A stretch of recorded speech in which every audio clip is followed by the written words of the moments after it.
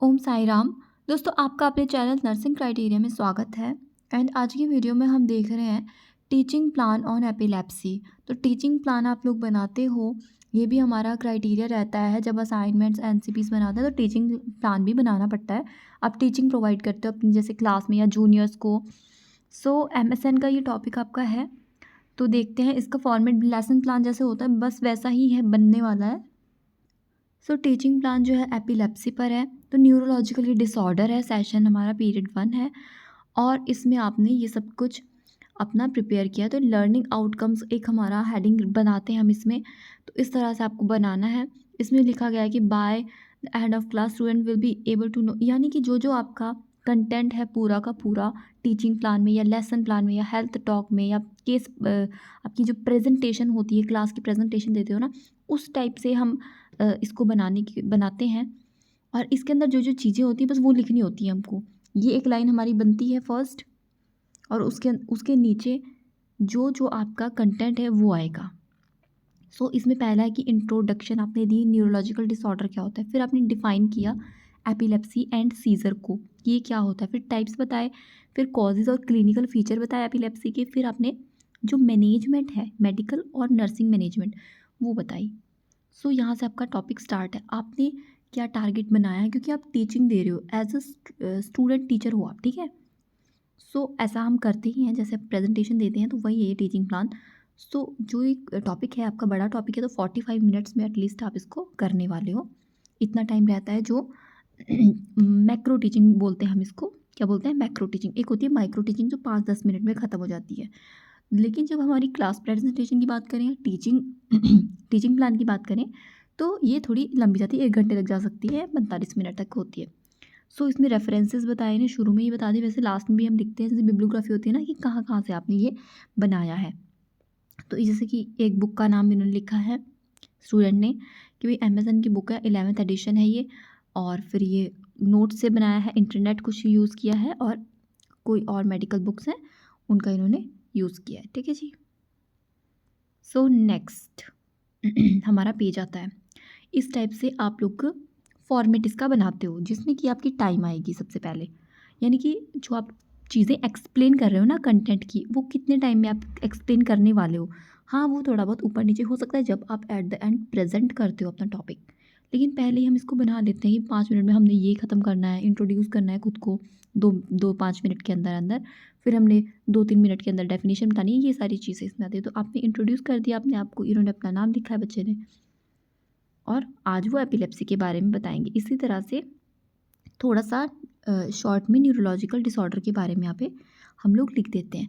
और हमारा जो मेथड होता है, यहाँ पे हमने लिखा है कि टीचिंग प्लान का जो मेथड होता है वो क्या होता है, लेक्चर कम डिस्कशन हम इसमें लिखते हैं। यानी इसमें हम लेक्चर दे रहे हैं और डिस्कस कर रहे हैं स्टूडेंट के साथ, और हम ब्लैक बोर्ड जो है, चौक प्लस बोर्ड जो है आपका, वाइट बोर्ड है, वो हम यूज़ करते हैं। साथ में हम कई बार चार्ट बनाते हैं, फ्लैश कार्ड भी हमारे पास होता है। यानी जो भी एविएट्स का आप यूज़ करते हो वो हम यहाँ इस साइड लास्ट में लिख रहे हैं, ओके। तो न्यूरोलॉजिकल डिसऑर्डर क्या है, सेंट्रल और पेरिफेरल नर्वस सिस्टम का डिजीजेस इसके अंदर आ जाती हैं। फिर डिफाइन करेंगे एपिलेप्सी को। सो ये मैं आपको ज़्यादा एक्सप्लेन नहीं करूँगी इसके बारे में, क्योंकि ये तो आप अपनी बुक से ही बना सकते हो। मैं आपको टीचिंग प्लान बता रही हूँ आज की वीडियो में कि टीचिंग प्लान हमारा कैसे बनने वाला है। तो वैसे ही 6-8 मिनट में, ऑलमोस्ट 3 मिनट के अंदर अंदर ये हम ख़त्म कर रहे हैं डेफिनेशन। क्योंकि क्या प्रॉब्लम है, ये अब normal discharge of electrical activities में होती है, neuron of the brain is called seizure. और जब इसके रिकरेंट यानी बार बार एपिसोड होता है उसको हम एपिलेप्सी कहते हैं। ज़्यादा फ़र्क तो नहीं है, सीजर एपिलेप्सी बात तो एक ही है, होता वही सेम है। लेकिन जब बार बार ये होता है तो उसको हम एपिलेप्सी का नाम देते हैं, यानी रिकरेंट एपिसोड हो जाते हैं जब। सो उस तरह से भी इसके कुछ टाइप्स रहते हैं, कि जैसे 2 टाइप रहते हैं इसके, वो भी आप टाइम लिखना, ठीक है। इधर टाइप है, चलो मैं आपको साथ में ना टॉपिक भी आपको बताती चलती हूँ। जैसे कि जनरलाइज्ड और पार्शियल। जनरलाइज्ड और पार्शियल, जनरलाइज के अंदर भी फिर टाइप आ जाते हैं, और फिर पार्शियल आता है आपका। इसमें पहला है कि पेटेंट माल एपिलेप्सी। तो पेटेंट माल, थोड़ा सा मैं ऐसे ही आपको बता दूँ कि पेटेंट माल एपिलेप्सी में क्या होता है, बच्चों में ये ज़्यादातर होता है। Seizure present in child age group. Petit mal epilepsy जो सीजर है वो बच्चों में ज़्यादा होता है। और इसमें क्या होता है, एकदम से बच्चा जो होता है ना, वो एकदम फ्रीज हो जाता है, यानी कुछ मूवमेंट नहीं करता है, एक्सप्रेशन उसके ब्लैंक हो जाते हैं। यहाँ देख सकते हो आप, the patient show a blank facial expression and along with some movement like repeated eye blinking and lip smacking are also found. यानी एक तो फेशियल एक्सप्रेशन यानी फ्रीज टाइप के हो जाएंगे, कुछ नहीं करेगा, लेकिन कुछ जगह में कुछ मूवमेंट भी देखने को मिल सकते हैं, जैसे कि आंखें वो झपकाएगा, लिप स्मैकिंग करने की जैसे कई को आदत होती है, तो वो भी बच्चे में देखने को मिल सकता है। टॉनिक क्लोनिक सीजर में आपका मूवमेंट का थोड़ा रहता है। Aura tonic clonic, tonic clonic scissor इनका नाम है। तो इसका अगले मैं दिखा देती हूँ आपको, थोड़ा सा मैं आपको इसका बता देती हूँ। सो टॉनिक क्लोनिक सीजर में टोनिक से आप नाम समझते हो कि इसमें टोन जो होती है बॉडी की वो बढ़ जाती है, और क्लोनिक में जर्की मूवमेंट्स आना शुरू हो जाती हैं। ठीक है, यहाँ पे टोन और जर्की मूवमेंट साथ में होता है। टॉनिक में रिजिडिटी आ जाती है एक तरह से, टोन मसल की बढ़ेगी और जर्की मूवमेंट होंगे क्लोनिक में, और मायोक्लोनिक में दोनों साथ में आते हैं। और ऑरा का मतलब होता है कि एक आभास हो जाना सीजर से आने से पहले का थोड़ा सा पता चल जाता है। नेक्स्ट टाइप है मायोक्लोनिक, तो इसमें दोनों सेम आएंगे, स्टिफनेस भी होगी रिजिडिटी टाइप से, और जर्की मूवमेंट भी आएंगे दोनों। टॉनिक सीजर में मसल की टोन जो है वो डाउन हो जाती है, यानी एकदम लॉस हो जाएगी मसल की टोन। और पार्शियल सीजर अगला टाइप हमारा, जनरलाइज पढ़ लिया हमने, अगला है पार्शियल। उसके बाद नेक्स्ट आता है पार्शियल सीजर। इसमें है सिंपल और कॉम्प्लेक्स पार्शियल सीजर होते हैं। सिंपल पार्शियल सीजर में दोस्तों क्या होता है कि इसमें ना जर्की मूवमेंट होते हैं आर्म एंड लेग में, और इसी का अदर नेम फोकल सीजर भी है। सो इसमें जर्की मूवमेंट्स होते हैं आर्म एंड लेग में। इसमें वर्टिको भी हो सकता है, चक्कर आना यानी कि, और this is present in local body area. And जब हम बात करते हैं कॉम्प्लेक्स सीजर की, तो कॉम्प्लेक्स सीजर में पेशेंट का कॉन्शियस लेवल भी प्रभावित होता है, और हैंड रबिंग, स्वेलविंग, सर्कल मूवमेंट, इस टाइप के प्रॉब्लम इसमें देखने को मिलता है। फिर क्या क्या कारण होते हैं, आप ये चीज़ें एक्सप्लेन करते हो कितना टाइम में, वैसे इसके लिए आप क्या आपके पास एवीएट्स है, तो इसमें जैसे कि कॉजेज आप देख सकते हो, ब्रेन ट्यूमर है, या फिर स्पाइनल कॉर्ड इन्फेक्शन है ब्रेन का एंड स्पाइनल कॉर्ड का, या हाइपोक्सिया है ब्रेन में, कोई हेड इंजरी के बाद में हो सकता है seizure, glucose level, sodium level अब नॉर्मल है, kidney liver failure, hyperpyrexia, withdrawal alcohol and drug, और इडियोपैथिक भी इसका यानी अननोन भी इसका कारण हो सकता है।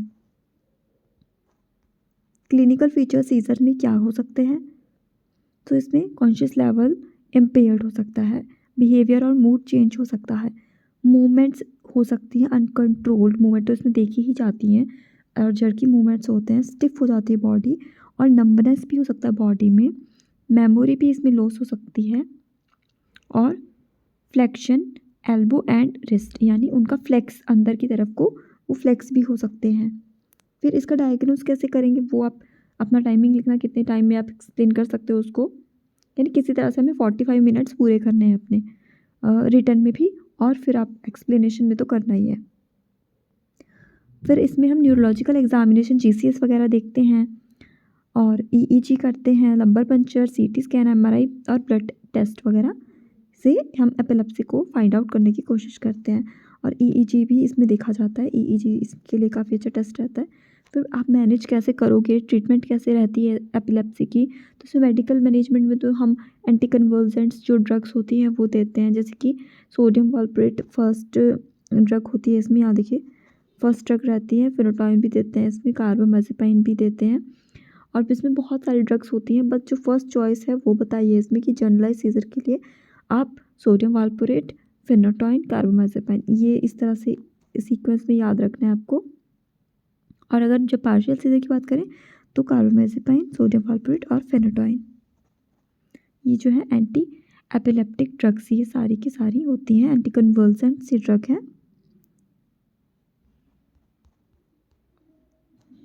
और नेक्स्ट इसमें सीजर के बाद में पेशेंट को ऑन्डेंस्ट्रॉन दे सकते हैं, एमसी जिसे बोलते हैं, ऑक्सीजन दिया जा सकता है सीजर आफ्टर सीजर। और नर्सिंग मैनेजमेंट में इसमें सीजर के दौरान क्या क्या आप केयर करोगे पेशेंट की, तो उसका एयरवे मेंटेन करना होता है, पेशेंट को ज़्यादा छेड़ना नहीं होता उस टाइम पे, और माउथ में कुछ भी इंसर्ट नहीं करता है, बस हमको एयरवे का पेशेंट का ध्यान रखना है, और इंजरी से पेशेंट को बचाना है, क्योंकि वो जर्की मूवमेंट के दौरान पेशेंट खुद को इंजरी कर सकता है।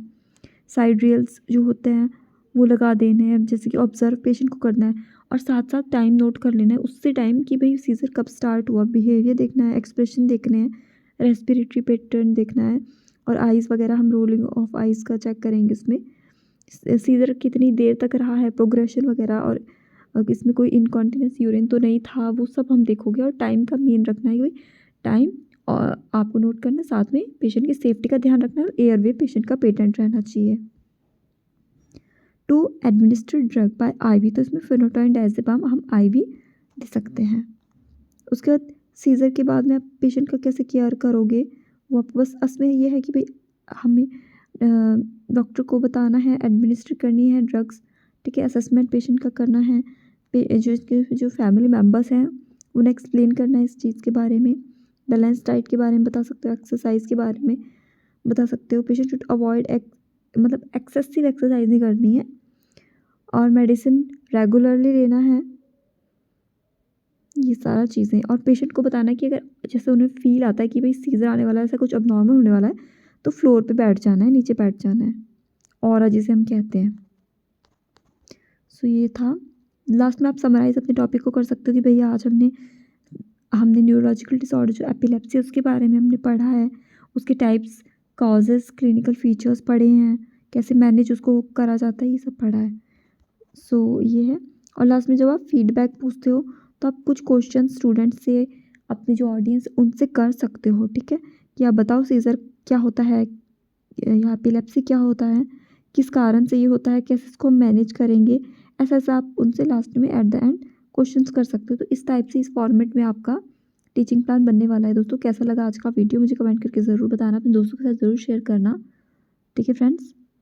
So thank you so much for watching.